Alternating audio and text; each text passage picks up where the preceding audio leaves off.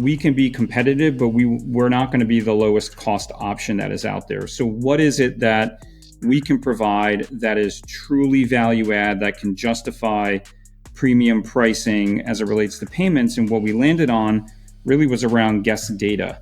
So one of the things we did very early on in conjunction with the launch of Olo Pay for card not present was we developed a capability called Borderless.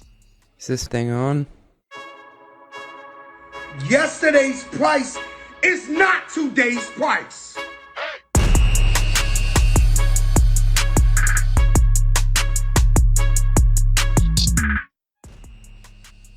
Welcome back to the Run the Numbers podcast, where we dig into the financial strategy shaping today's most innovative businesses. Today, I am privileged to be joined by Peter Benevides, the CFO of publicly traded vertical SaaS company Olo, the technology powering digital ordering, payments, and more for many of your favorite restaurant brands.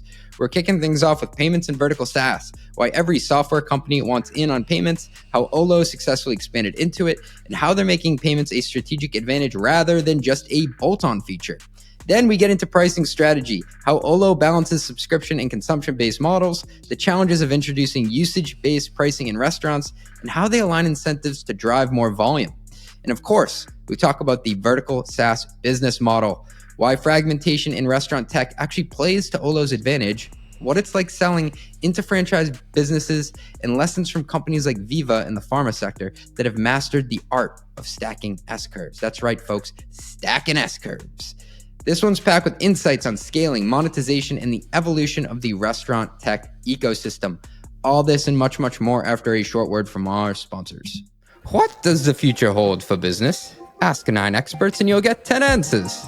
Bull market, bear market, rates will rise, rates will fall. Can someone please just invent a crystal ball already? Until then, over 40,000 businesses have future-proofed their companies with NetSuite by Oracle, the #1 cloud ERP, bringing accounting, financial management, inventory, HR into one fluid platform. With one unified business management suite, there's one source of truth, giving you the visibility and control you need to make quick decisions. With real-time insights and forecasting, you're peering into the future with actionable data. Whether you're closing the books in days, not weeks, you're spending less time looking backwards and more time on what's next. If you listen to this podcast, you'll know I ask CFOs all the time to rep their tech stacks, and I would say almost every one of them use NetSuite. And that's what I would use too. Whether you're a company earning millions or even hundreds of millions, NetSuite helps you respond to immediate challenges and seize your biggest opportunities. Speaking of opportunity, download the CFO's Guide to AI and Machine Learning at netsuite.com/metrics. The guide is free to you. That is netsuite.com/metrics. Ooh, yeah, it's netsuite.com/metrics. Please, guys, I really need this. Does your revenue recognition process feel like a total guessing game? Step right up and pick a card, any card. You're not alone. Revenue accounting is getting more complex, especially with subscription models, usage-based billing, and evolving compliance standards. Woohoo! RightRev is here to help you gain control over your revenue accounting. RightRev automates the revenue recognition process from end to end. Whether it's multi-element arrangements, subscription renewals, or complex usage-based contracts, RightRev takes care of it all. That means fewer spreadsheets, fewer errors, and more time for your team to focus on growth. Customers like Snowflake, Logic Monitor, and Epicor chose RightRev to manage their high volume and complex revenue accounting. CFOs can see the bigger picture faster without being held up by their team's reporting nightmares. You know me, I'm a business model fanatic. And don't get me wrong, I love all the evolutions. We've got self-serve revenue, usage-based revenue, and now even success-based revenue, you name it. But that doesn't make it any easier for us bean counters on the back end to keep score. RightRev is like a cheat code for staying ahead of revenue complexities. So you're ready to transform your revenue accounting? Visit RightRev.com to schedule a demo. That's RightRev.com and tell them your boy CJ sent. RightRev, modern revenue recognition simplified. Oh yeah. Ready to plan confidently, close faster, and report with accuracy? Here's what sets Planful apart. Imagine purpose-built solutions for every department, from FP&A to accounting, marketing to HR, all with built-in financial intelligence. It's easy to implement Planful in just weeks with minimal IT involvement, enabling seamless collaboration across your organization's key financial workflows. Best of all, Planful grows with you. Its unmatched scalability ensures that no matter how fast your business expands, Planful can keep up. See why over 1,500 customers worldwide choose Planful as their flexible, user-friendly, end-to-end financial performance management platform. Visit planful.com/metrics to see how you can elevate your team this year with Planful. They will hook you up. It is planful.com/metrics. Tell them your boy CJ sent you. Planful.com/metrics. Peter Benevides, we've made it here, sir. Thanks for having me, CJ. So maybe off the top, you could just explain what Olo does, because the more and more I've got familiar with your business model, I had no idea how many times I've interacted with you. Yeah, it's interesting.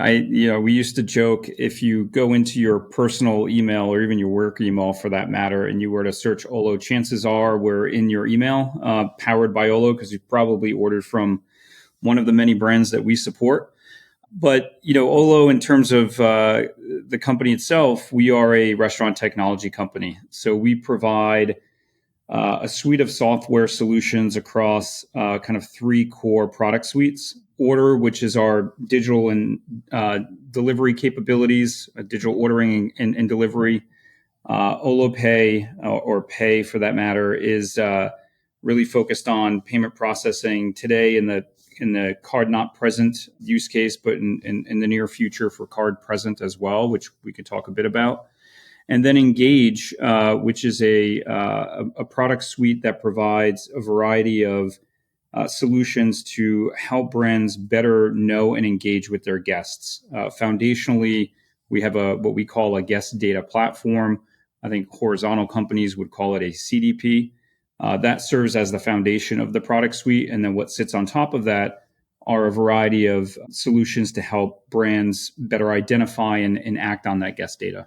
Okay, got it. And if you think about the tech stacks for the restaurant industry, would you say you're more in the front of the house or the back of the house? Yeah, it's a great question. So the way that we like to think about it is staff-facing technology versus guest-facing technology. And to some extent, that can be front of house, back of house analogous. So when you think about it, let's say the POS as an example, that tends to be staff-facing technology, and you really work backwards from that perspective. So that could include things like a KDS inside of the kitchen. It's all of the different panes of glass that the staff uses to enter orders or manage inventory, labor, etc. That is a space that we don't operate in today. We are primarily focused with the guest and working backwards from the guest. That started with digital ordering, which then extended into delivery.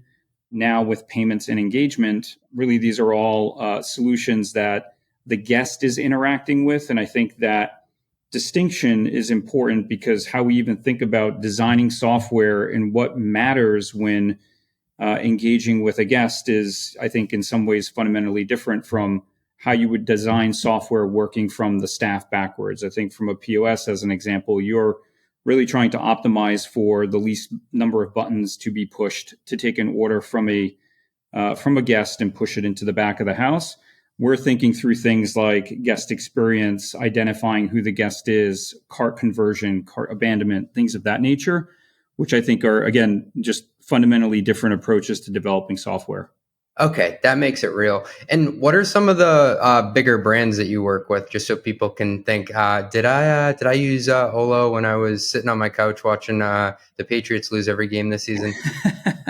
As a Patriots fan, yeah, I feel that pain. So we focus primarily on the enterprise segment of the market. So think of that as brands with as few as 5 locations per brand, all the way up to thousands of locations per brand. At the top, sort of at the high end of the market, we work with brands like Jimmy John's, Waffle House, Five Guys, Cracker Barrel, and so on.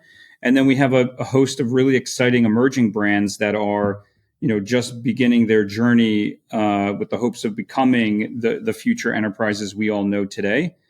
And that was something we've done over time. So I've been at Olo for a number of years now. We initially focused on really the 100 plus, so 100 locations per brand and above. And then over time, as we got better at integrations, or we built a larger library of integrations, whether that's the POS, loyalty, payment, and so on. It allowed us to move into what we call the emerging enterprise segment of the market in a cost-effective or an economically favorable way. Prior to that, I think the costs to onboard and support, they were hard to justify. And of course, you do to some extent have an opportunity cost where, as you focus more on the smaller brands, we don't want that to come at the expense of focusing on our traditional enterprise. That's fascinating because you want to give the customer the, I guess, widest surface area for them to order what they want, right? But you also want to drive as much GMV as possible and as much sales as possible to the brands who have taken a bet on you, you've taken a bet on them. That totally checks out in terms of how you think about positioning yourself to be in the way of the money. Yeah. I mean, one of the things we did early on, which I think was smart on a number of levels, was by focusing, and this kind of gets back to the staff versus guest-facing technology. So today, which is still true today, we sell primarily into the brand, and then we're adopted across all locations within that brand.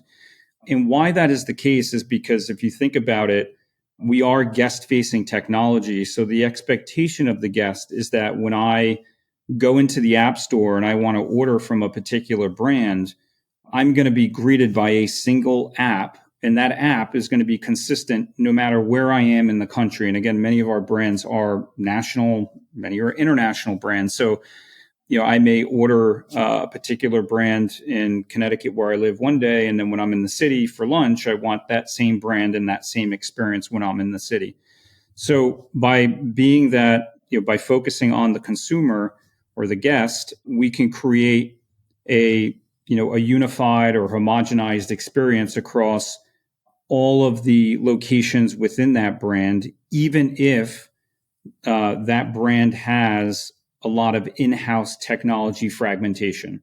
So if you're using multiple POSs or multiple payment processors and so on, we can be that common layer on top of all of that complexity so that that guest experience is unified and consistent. And again, like when you think about the franchisor-franchisee dynamic, which is pretty consistent or commonplace, I should say, in enterprise restaurants, many of the franchisors, or many of the brands, I should say, they kind of grew up through franchising, which meant you have a lot of fragmentation within in-store technology because brands weren't necessarily focused on what vendors franchisees were choosing. They just wanted the best franchisees to run their concepts. So oftentimes we see a lot of legacy fragmented tech, even within a particular brand, which of course we don't shy away from because we've done all of that heavy lifting over the years to create those integrations in that kind of common guest layer. I don't envy you. You have to make the complex simple, and the user, me, if I want to go to Jimmy John's and get a large Italian sub in Massachusetts versus New Jersey, I don't care if it's owned by Dave in one state and Dale in the other. I just want to know, where to add the hots to the sandwich, what type of cheese to choose. Like the user experience is core to, I think, increasing the velocity of transactions and also keeping the user loyal. Absolutely. Well said. Peter, because you work on the customer side, you're so well positioned to be in the payments flow. And everybody and their mother in vertical SaaS these days wants to be in payments. You've done it exceptionally well. Maybe we can start at how this even began at Olo. What's the evolution of payments at your company? We have what we call a product advisory council, which is essentially a group of existing customers, kind of thought leaders within the industry and their brands that we seek feedback from. Of course, we seek feedback from all of our customers, but this group in particular tends to be a great think tank to discuss various thoughts around future innovation. Over the years, what we had heard from the group was that the current or the traditional payments environment was not ideal. I think what typically had happened was that franchisees would initiate a payment relationship for their in-store needs. So they would have a merchant ID that was tied to their in-store processing. And as digital became a larger part of their business, or the desire to digitize digital ordering, they needed card not present or web-based payments. And they went to their traditional processor and said, hey, I now need an e-commerce ID, an e-commerce merchant ID. That process alone could take many, many weeks, which meant if you were a franchisee, you were waiting around to get that information. Meanwhile, you're not able to really provide digital ordering because you're waiting for your merchant ID to be assigned.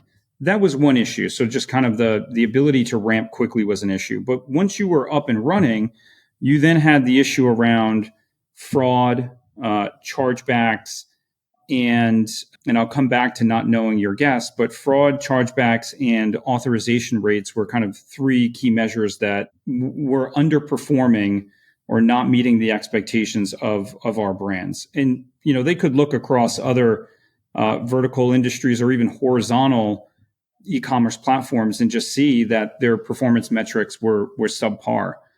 So we kind of took a step back and said, hey, look, we are providing you today with the e-commerce aspects, or at least the ordering aspects of the transaction. Maybe we can extend that into the payment, and in doing so, provide a better guest experience, help you to drive higher authorization rates, lower fraud, more efficient chargeback resolution. And we're also going to use this as a way for you to better identify who your guests are, and use that as really a kind of the big differentiator versus the traditional processors.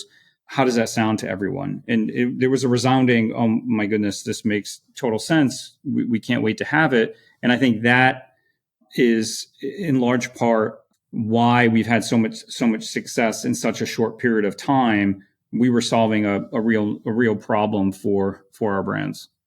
Hey, thanks for listening. We'll be right back after a word from our sponsors.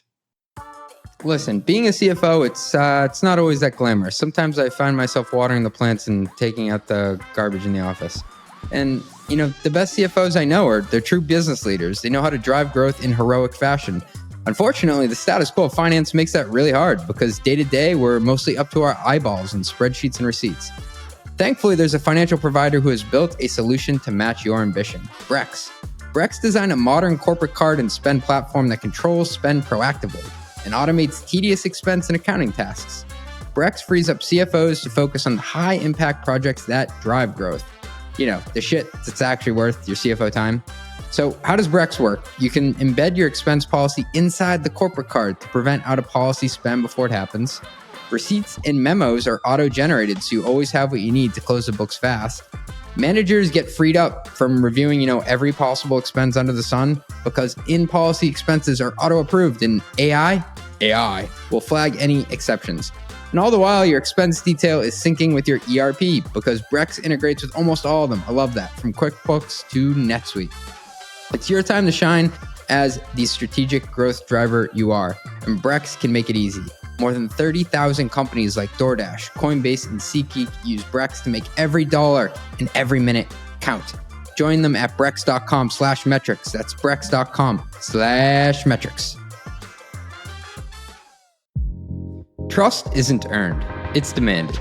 Whether you're a startup founder navigating your first audit or a seasoned security professional scaling your GRC program, proving your commitment to security has never been more critical or complex.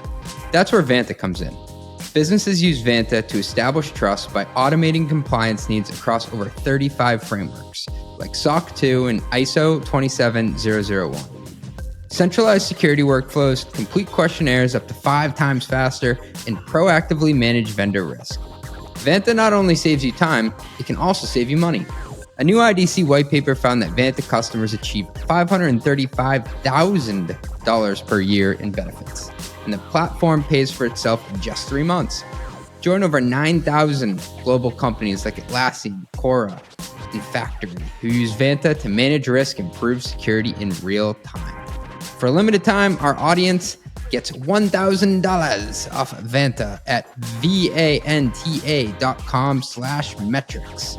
That's vanta.com/metrics for $1,000 off. Here's a question. Do you feel like you're wasting time and energy on contract renewals or tracking shadow IT spend or, this is a bad one, explaining rising software costs to the board? Truth is, traditional spend management is broken. That's where Tropic comes in. Tropic is an intelligent spend management solution that consolidates your spend data and processes into one unified offering, enabling insights and decisive action. It doesn't just show you where the problems are, it helps you solve them. From spotting hidden optimization opportunities like duplicative spend to automating those painful procurement workflows to giving you the best market data that turns every vendor negotiation in your favor. I'm a Tropic customer myself. I've been using them for over a year and I love their price checks. They allow me to see if I'm getting a fair market deal instantly. And I'm proud to say that I am no longer using my email as our company's contract repository. I've got every document and renewal neatly organized in my Tropic portal. Isn't it time to turn spend management into your competitive advantage? Visit tropicapp.io/mostlymetrics to see what's possible when intelligence drives your decisions. tropicapp.io/mostlymetrics. This is a kind of in the weeds question, but can you talk more about this whole CNP card not present, I guess, dynamic? Like, why is that a big deal? Is it because it's harder to pin down if CJ Gustafson actually is purchasing it? Is it like a bigger risk area? Yeah, so I think that there's a couple things. I think, restaurants tend to, given their order value, tend to be a sandbox for kind of nefarious actors. Like we've seen that over time. So brands would be, dealing with fraudulent related issues because of that. They have a lower average order value, high number of transactions. It's a little bit easier to mask or test fraudulent transactions within the space. So that was a problem for them because, with increasing fraud, and if that results in any sort of chargeback related issues, the brand is also, or the franchisee is oftentimes left holding the bag on that. The other thing with chargebacks that was challenging for the brand is if you've ever had to fight a chargeback, it's very time consuming. You have to get information around the credit card, the charge. That means you're grabbing info from your processor, you're grabbing info from your digital ordering provider. You're having to piece that all together. Then you kind of, send it out into a black box and just hope that it gets approved and returned to you. We've streamlined all of that. That is all native to the Olo platform. And to some level, we even do it for you. So that's been a huge plus. It's no longer just a cost of doing business. We can actually help you to avoid those costs altogether. So I think the industry, the kind of frequency of transactions, the order value of transactions kind of presented issues for the industry to really make payment processing, a good experience. So I have a Substack, mostlymetrics.com, shameless plug, but there is a paid option for it. And every once in a while, I will have a chargeback.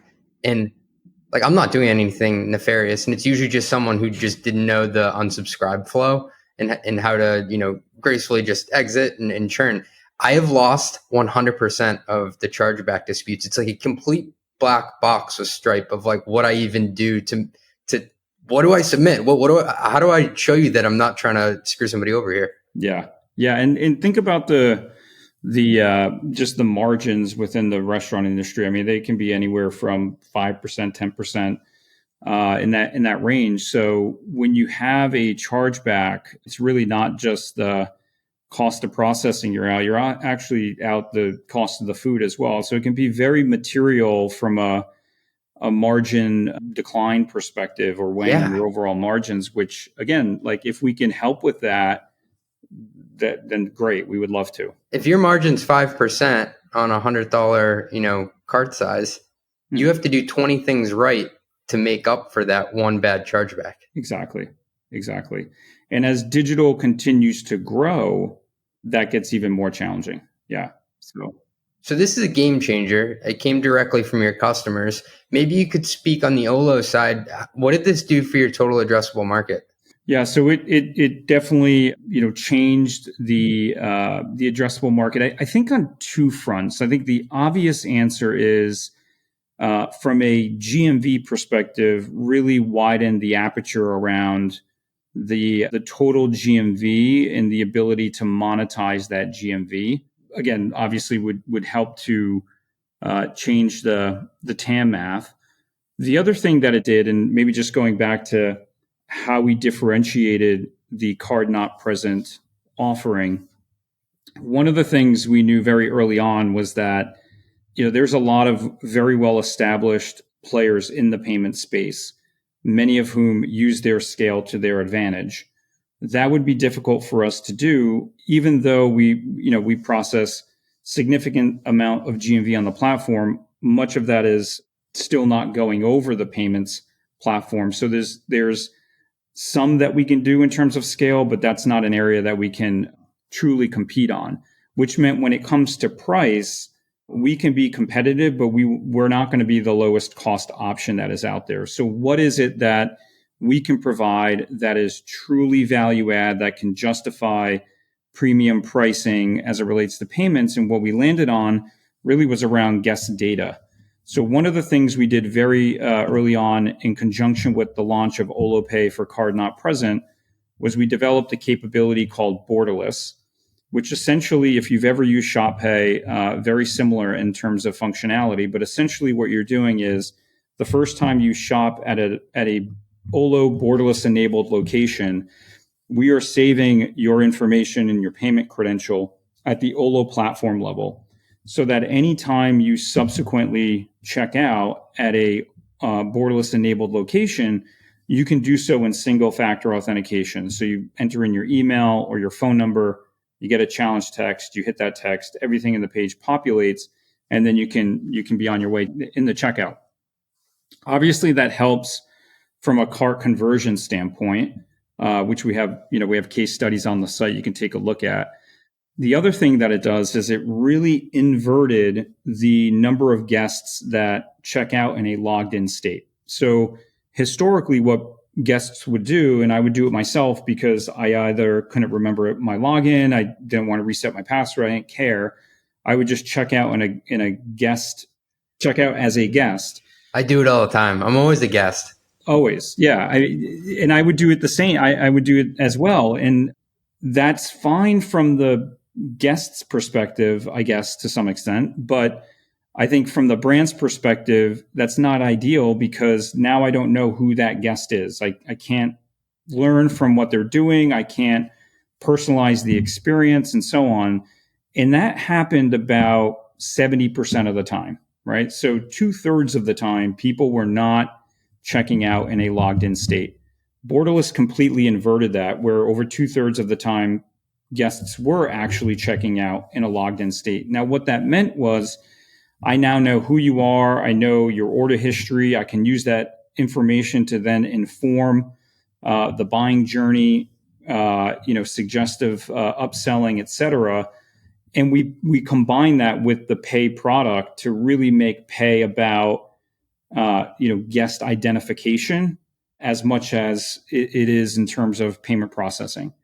Now, I tie that back to the TAM conversation because there's a really nice kind of sequencing of adoption when you think about the Olo platform. As you have digital ordering and you attach pay, you're now seeing all of the order activity, all of the payment activity, and combined, you now have a guest profile that you can then house in the Engage suite and then use the Engage tooling to act on and drive more transactions and more payment, and around you go on the flywheel.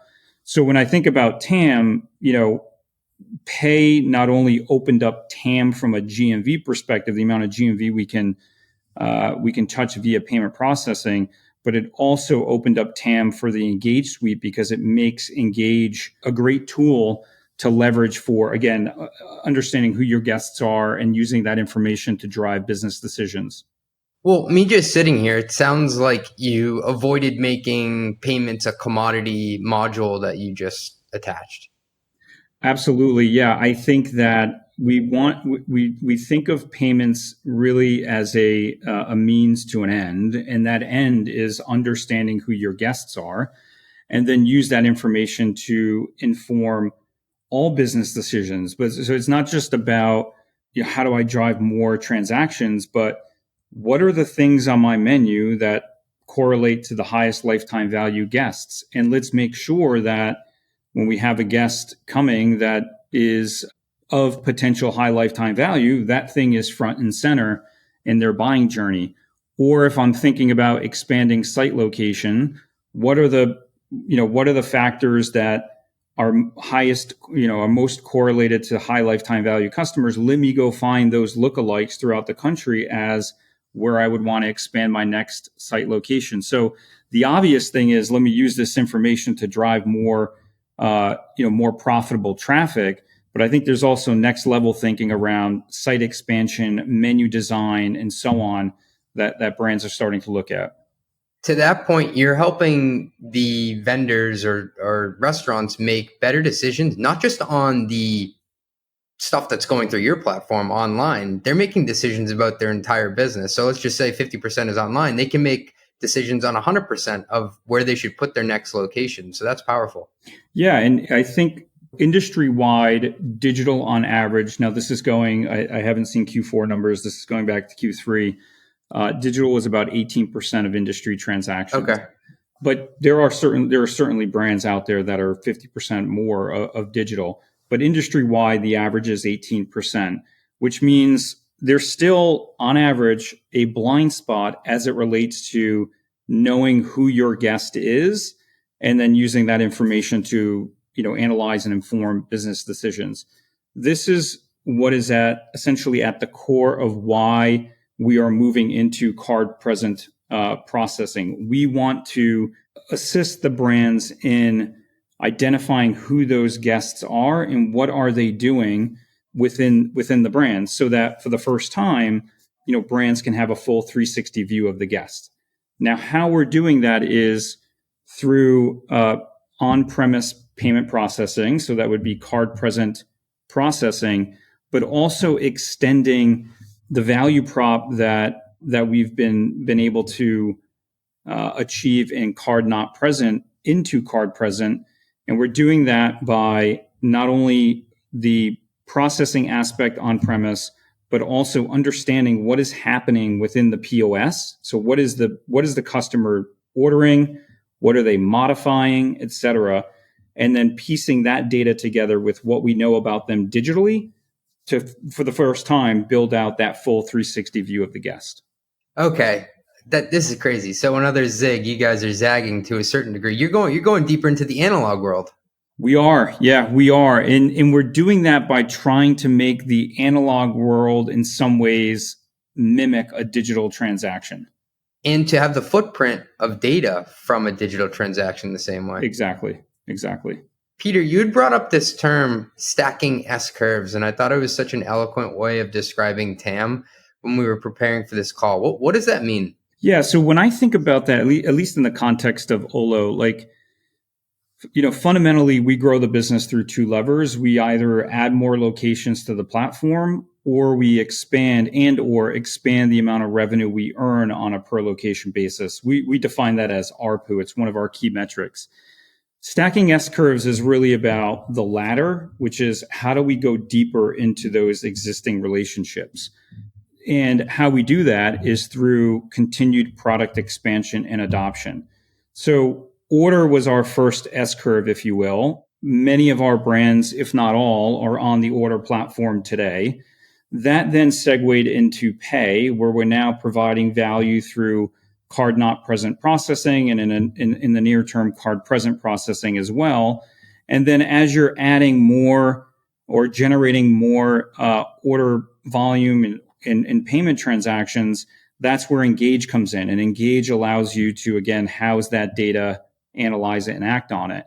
So if you think about it, you're kind of stacking one S-curve on top of the other. And what that's doing in return, obviously increasing revenue in total, but you're also increasing revenue on a per location basis. You mentioned the levers at your disposal, and you always want to be just increasing the velocity of transactions. And I like how you mentioned more locations overall, because you can think about your revenue per location.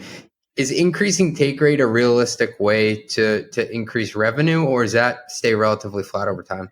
That stays relatively flat over time. I think that, how we've aligned incentives with our customers is through, how we think about digital ordering pricing as an example. So we have both subscription and usage-based pricing.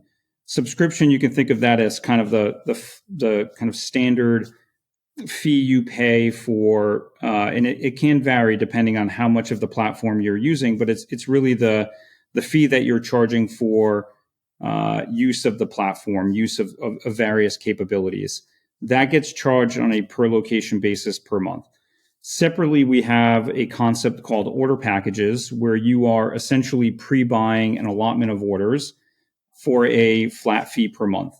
What that works out to is an effective price per order. But as your order volume increases, you graduate into higher priced order packages, but the effective fee per order comes down. So what we're trying to do is incentivize more and more transactions over the platform.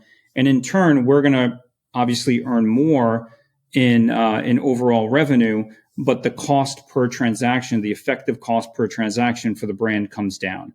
We found that to be a very eloquent way, effective way of aligning incentives versus kind of, I think what, others may do is kind of like slowly, incrementally increase take rates over time. That's not the approach we've taken. I really like your approach to that and how it keeps everybody on the same side of the table in terms of the outcomes they want. I mean, I've had discussions with investors before that were just so maddening as a fellow vertical software CFO, where they're like, hey, well, how about you just double the take rate? I'm like, do you understand the damage that would do to our ecosystem? Like, I understand, like, if you just let the math, it would double our revenue, but like that would do big damage. Yeah. I think that is that can be effective in the short term, but that is, I think, unsustainable in the long term. And it's hard to do that with the value I provided yesterday versus the value I provided today are exactly the same, but you're going to be paying twice as much. That just becomes a very hard thing to justify. It also invites competition. I mean, I think it was Sam Walton who used to say, your margin is my opportunity. So same thing goes for take rates. If you make it too juicy, customers will churn out the top the second a better option comes along. Absolutely.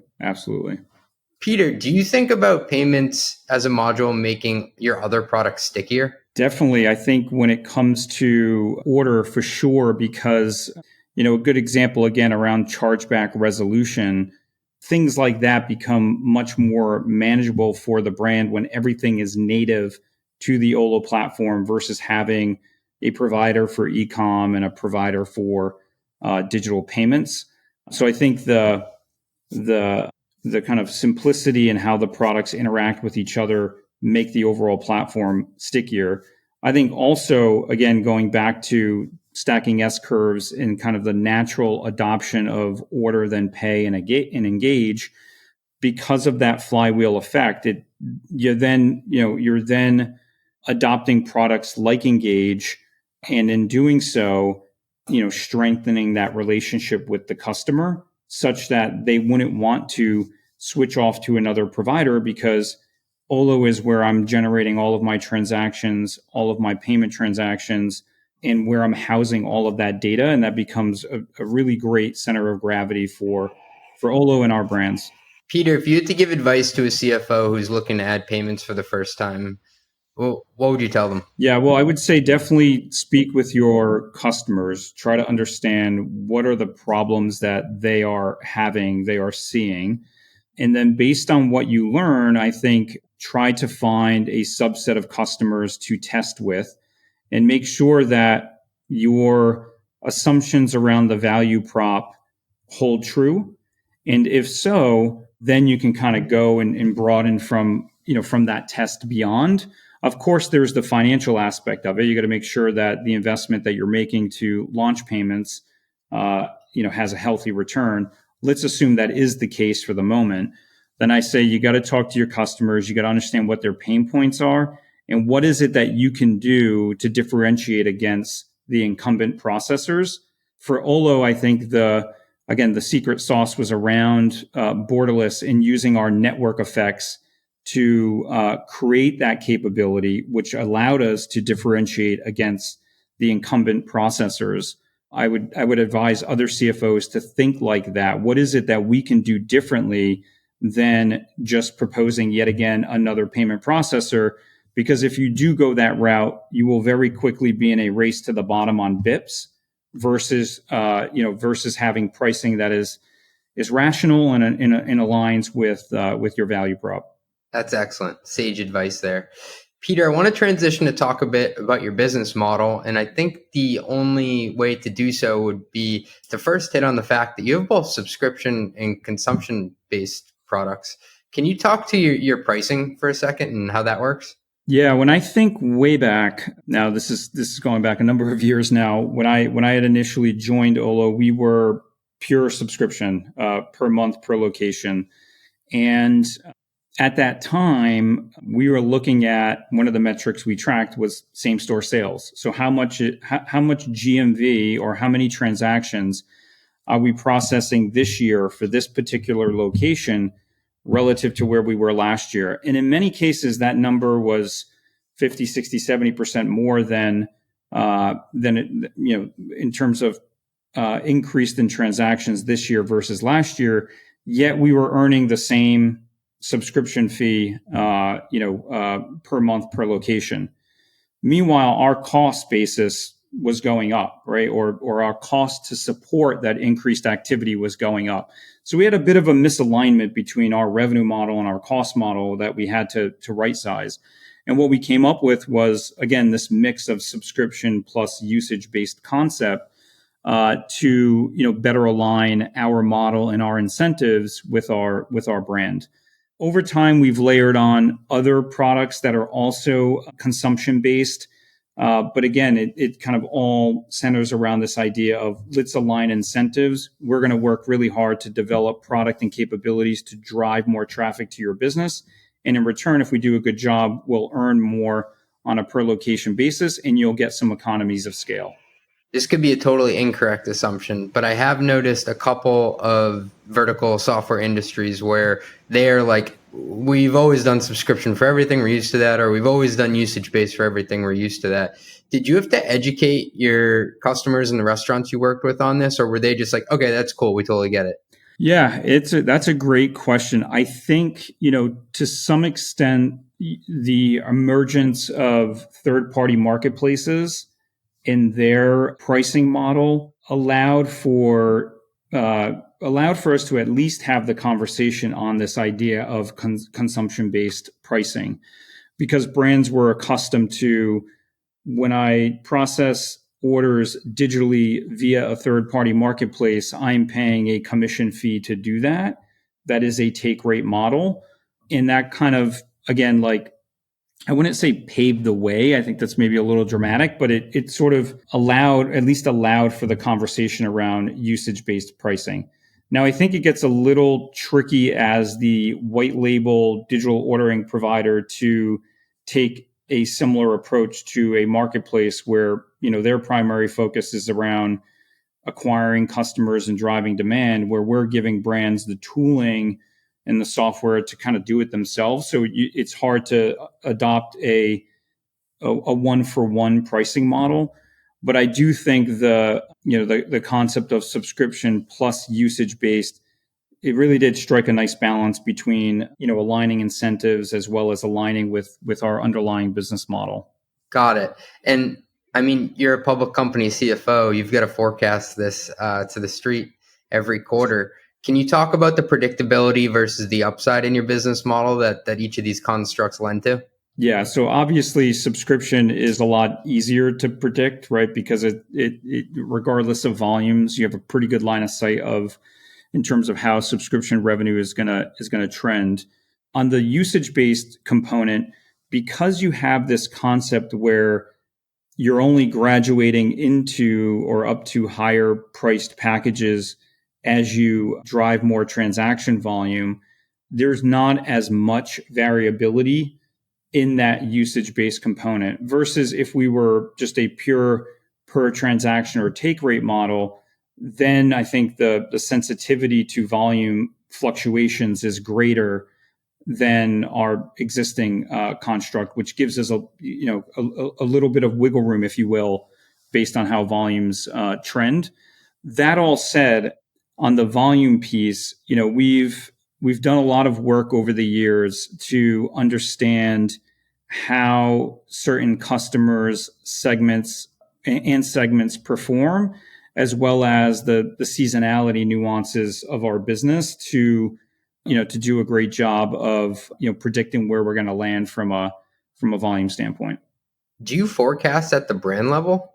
We forecast at the brand level, product level, and at the brand level, layer in kind of the seasonality impacts that may be unique to that brand or to that segment. So, for example, if you're a brand that is what we call a treats brand, let's say you're ice cream in the summertime type ice thing? Cream, yeah, thank you. So obviously our assumptions around volume during the warmer months of the year are going to be different than the winter months. So we layer in that, those set of assumptions and variables as well. But if you're a true Bostonian, you drink iced coffee year round. Doesn't matter if it's snowing out. Exactly. Peter, I want to talk about the vertical software model in general. And I look at Olo as the gold standard when it comes to vertical software in the restaurant industry. But I'm curious, you as a CFO, you're probably always trying to get better. Are there any other vertical software companies that you look to, like we can probably steal something in terms of what their special sauce is or what they do so great? Yeah, I think Veeva is one that rises to the top for me. I think they've done a wonderful job over the years in terms of really on a number of fronts. But I think what's interesting is there are some similarities to their business that we also face, which is and they're in pharma, just for the benefit of listeners, right? That's exactly right. So they're in pharma. They initially started with CRM for pharma essentially, and then kind of brought in the product suite from there. But if you think about pharma, there's a lot of concentration within pharma where you have maybe a small number of pharma brands, but a lot of underlying either reps or people within the ecosystem, which is kind of similar to the restaurant industry where you have a lot of big brands with franchisees and a number of players within the ecosystem. So the dynamics around selling into these large concentrated customer base is something that I can appreciate, and they've done a really good job over the years. I think the other thing that they've done really well, if you kind of look at their revenue mix, they have a pretty meaningful part of their business that is tied to professional services. Now, my understanding is the way that they've approached that is through different ways, whether it's managed services, consultative services, et cetera. But when you think about it, it's all work that is in service of maximizing the value you're getting out of the product, and in turn increases the likelihood that your customer is going to stay with you for a while. So they've used pro service as a way to unlock and retain software, which I think is a really clever way to approach it. And that's something that we kick around internally, like what are the things that we can do to help our customers get the most value out of Olo they possibly can. And in turn, that should help things like customer retention and even expansion into other products. Gotcha. I was looking at Service Titan's S1. They recently went public. They vertical software for the trade. So like plumbers, construction, industries like that. And they have a large professional services component. And part of me was like, this is kind of a black mark on an otherwise great P&L. But then I'm like, well, it's helping the customers to ultimately get more value out of it. And especially if they're not the most tech forward customers anyway, like you want to make sure they can use this thing or else you're going to churn them. Yeah. For whatever reason, it does feel like, when you look at ProServe as a percent of revenue within software businesses, that there's this stigma out there that oh, like what the revenue you're earning is, it's not recurring, it's lower margin, and we're going to discount all of that. But in reality, you can almost think of it as profitable sales and marketing, where it's helping to not only retain but potentially expand those existing relationships. So, when I see that, I don't look at it through the same skeptical lens. I think that can be a great tailwind to, again, future or continued retention and future expansion. We had spoken to Jeff Cooper, CFO of Guidewire, and they're the leader for insurance technology. And he was saying, listen, like some people are putting their careers on the line to make sure this technology works out. It's on us to make sure that it's implemented correctly. And I think what you said there, Peter, about it being profitable sales and marketing is brilliant, because what you're basically doing is making sure that you don't have an onboarding problem that later leads to a churn problem. It's basically like they're paying to be successful on the platform. Absolutely. Yep. Well said. Peter, what's it like working with franchises? I have no idea how that world works. Yeah, so I think it probably varies depending on the industry where the franchisor franchisee dynamic exists. I know within the restaurant industry, we've always sold into the brand, and then we're adopted across all locations within that brand. But at the end of the day, we are very much servicing the franchisees and have to be mindful of the franchisee needs, which I think may be different from what the brand sees as what's most important. So let me unpack that a little bit.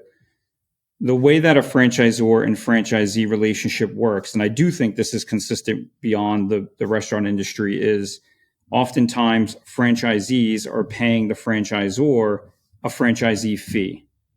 That franchisee fee is on gross sales. So if you're the brand, if you're the franchisor, you are primarily focused, or I should say heavily focused, on generating more sales. As you know, not all sales are created equal. Some sales are more profitable than others. For the franchisee, what they're most concerned about is the bottom line, because they are the operator. They have payroll. They have, that is what they ultimately bank and earn. So for them, it's not just about, I need more sales, but I need quality sales. I need profitable sales. I don't want sales that are just being driven by discounting that I have to then discount, or sales that are coming in through channels that charge me, a commission fee. So I think, one of the things that we've tried to do, over time is balance those two needs and talk about how utilizing the platform can help drive overall sales, but how leveraging technology at the operator level can drive more leverage and more profitability into their business. So you got to just be mindful of what each of those groups are focused on, and make sure you're speaking their language. And just to play it back to you, so the HQ level, the franchisor, I believe we'd call them in this scenario, they care about revenue. That's what they make their money on. Whereas the person who owns, let's say, 15 Jimmy John's, he's paying himself out of the profits of the business. So he does need revenue, and he wants to grow that over time, but he wants to make sure, no pun intended, that it's high calorie revenue. Exactly.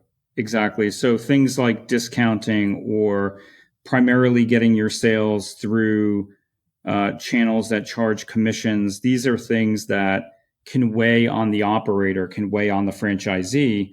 So again, if we're positioning our solution set to that set of constituents, we want to talk about how leveraging technology can help to increase profitability. Owning your direct consumer relationships can help to drive more profitability, and so on.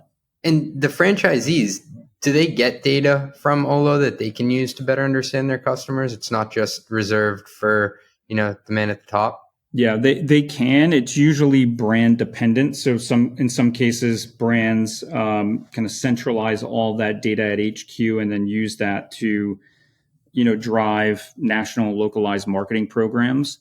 some shared data with the operators themselves. It really depends on the brand's approach. Got it.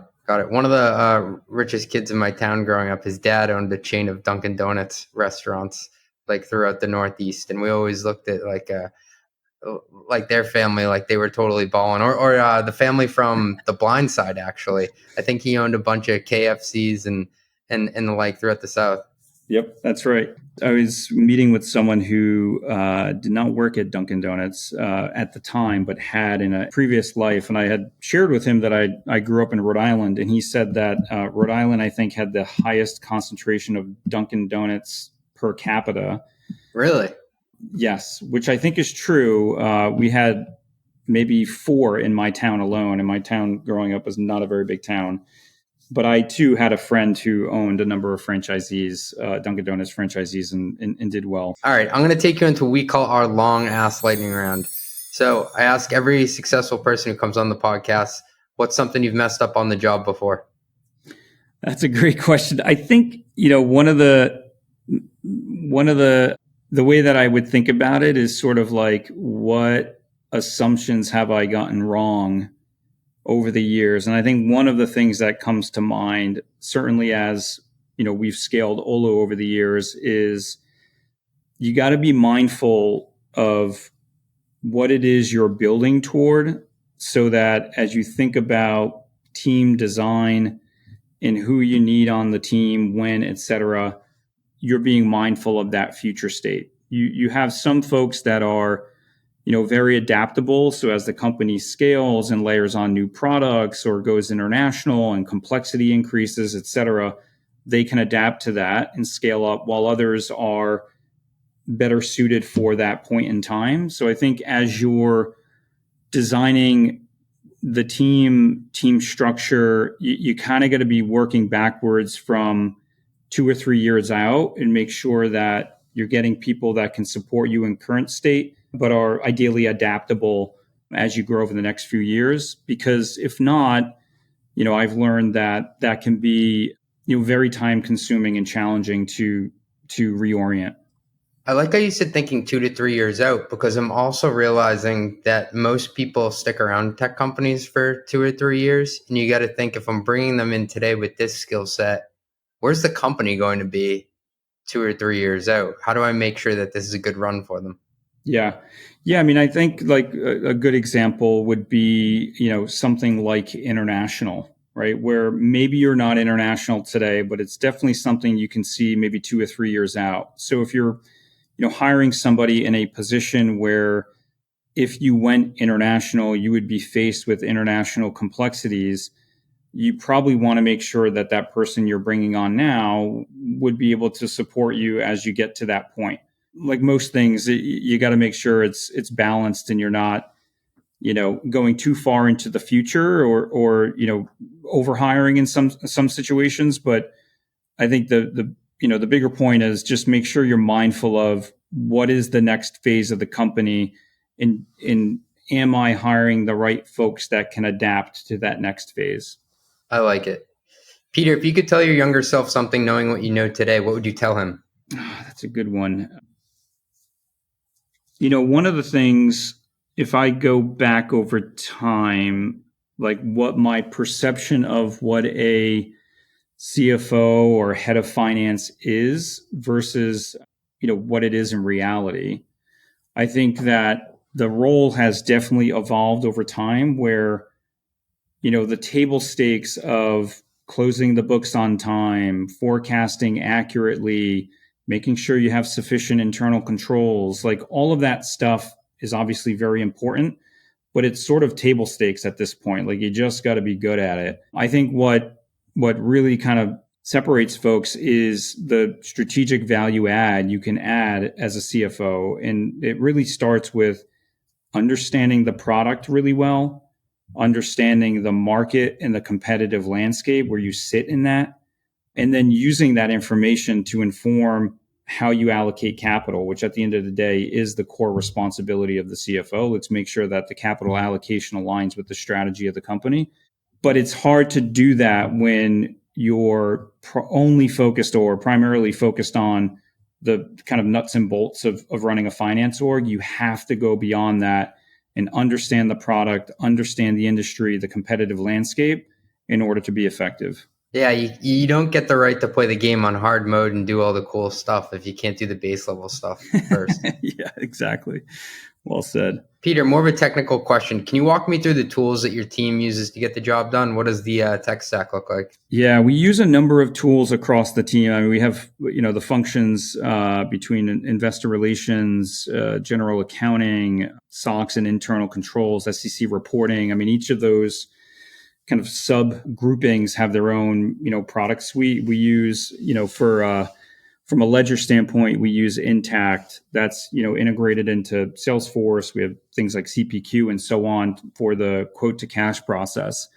And then we have a suite of solutions around other, core finance motions, AP, AR, payroll, and so on. Got it. What are you using for things like collections or credit cards or billing? Anything good? Yeah, so we actually just went live with a new product called Tesorio, which is a tool that helps you better manage your collection efforts. It's a tool that is fully integrated into Intact, which is our accounting ledger. So as we're sending out invoices and the collectability around those invoices, all of that is being now managed in Tesorio, and they got some good AI layers on top of their platform as well, which you can help to identify or preemptively identify collection issues before they happen. So it's helping our team get ahead of things before they become a problem. So that's I think one of the more recent tools that we've implemented. Last one I got for you. What's the craziest thing you've ever had someone try to expense? I worked prior to Olo. I spent many years in the music industry, which you can imagine, kind of the environment in music in general. So over the years, I've seen some pretty interesting things tried to get slip through, whether it's on the T&E side or even kind of the A&R reimbursement side. Things that people would try to put through the process, but we had solid controls, so they didn't really get much by us. If I catch your drift, you're not talking about buying guitars at Guitar Center, right? I'm still friends with many of those folks on LinkedIn, so I'm choosing my words wisely here. But I would see a lot of interesting things through those processes. Cool, Peter. This has been a blast. Congrats on all the success so far at Olo, and I truly appreciate the insights. Yeah, this has been great, and thank you for having me. Run the Numbers is a mostly LLC production. Yelling an intro by Fat Joe. Artwork by some AI thingamajig. Podcast and video editing is done by Cleancast at cleancast.io. Nothing said on this podcast is intended to be business or investment advice. It's the sole opinion of me, a guy who feeds his dog too much ice cream and has a history of net operating losses, LOL. If you like this podcast, please hit subscribe. It would mean a lot to me. And also check out mostlymetrics.com. That's my newsletter where I explore business models and financial metrics. Thanks for riding with me. Share this with your friends. Peace.